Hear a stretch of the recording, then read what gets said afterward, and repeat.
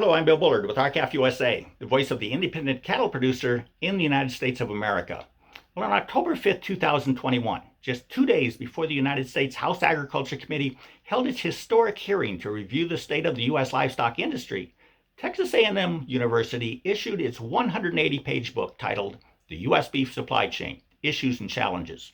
The Texas A&M book strongly urged Congress to do nothing to alter the cattle industry's market structure or to restrict or constrain the beef packers' conduct.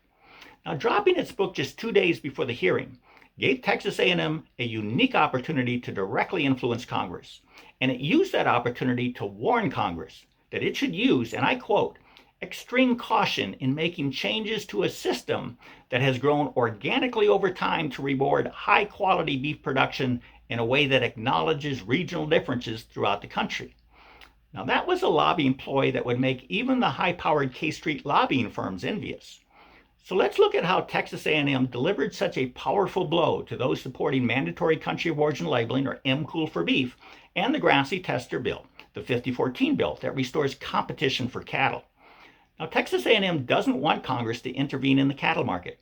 It claims the short-term impact of the Grassi Tester 5014 bill would be a $2.5 billion negative impact in the first year and a cumulative negative impact of $16 billion over 10 years. And it states this cost is leveled mainly on cattle producers, but that consumers would also be harmed. Well, that should have the intended chilling effect on Congress that certainly doesn't want to cause further harm to cattle producers or consumers. But let's look at how Texas A&M arrived at its claim that limiting the packers' use of captive supply cattle will cause billions of dollars of harm to cattle producers and harm consumers. Now, captive supply cattle are cattle committed to the beef packer through contracts that do not contribute to price discovery. So first, Texas A&M used the research for the 2007 U.S. Department of Agriculture's Livestock and Meat Marketing Study, and we'll just call it the 2007 study. And that research is now over 15 years old, and they used it to determine the cost and benefits of captive supply cattle. Now, it then extended the results of this over 15-year-old research and applied those extensions to current market conditions to arrive at the astronomical cost to be borne by cattle producers and consumers if Congress forces packers to compete for cattle in the price discovery market. So let's look at the 2007 study. That study used data from late 2002 through early 2005 to determine how captive supply cattle impacted the market. During that time, well over 50% of the cattle were purchased in the price discovery market, and about 38% were purchased through captive supply contracts. Importantly, the 2007 study did not find that the market, where over half the cattle were purchased in the cash market, was harming U.S. cattle producers. And very importantly, the 2007 study determined the use of captive supplies to procure fed cattle was not expected to change greatly in the future. But the 2007 study was obviously wrong, because today the mix of cash cattle versus captive supply cattle has been turned on its head, with a cash volume of only about 20% and a captive supply volume above 70%.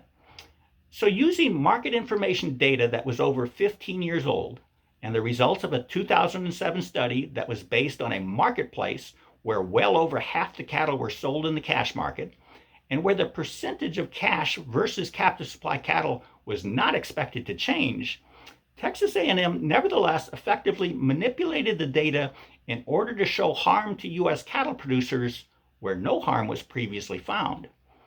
So, are our land-grant university economists biased towards defending the interest of the multinational beef packers? Was their dropping of their 180-page book just 2 days before the House Ag Committee hearing a lobbying ploy, or was that just coincidence? And was it either professional or ethical to manipulate 15-year-old research to scare Congress away from making reforms to the broken cattle market? And do you really believe you will be worse off than you are today if Congress passes the Grassi Tester 5014 bill and forces packers to begin once again to actually compete in the marketplace? Now, these are questions for you to decide. And when you do, I hope you'll pick up your phones and call your members of Congress to urge them to pass the Grassi Tester 5014 bill, which is Senate Bill 949, as quickly as possible, and to pass the new MCOOL bill, Senate Bill 2716, so consumers can at least choose to buy beef produced by America's cattle farmers and ranchers.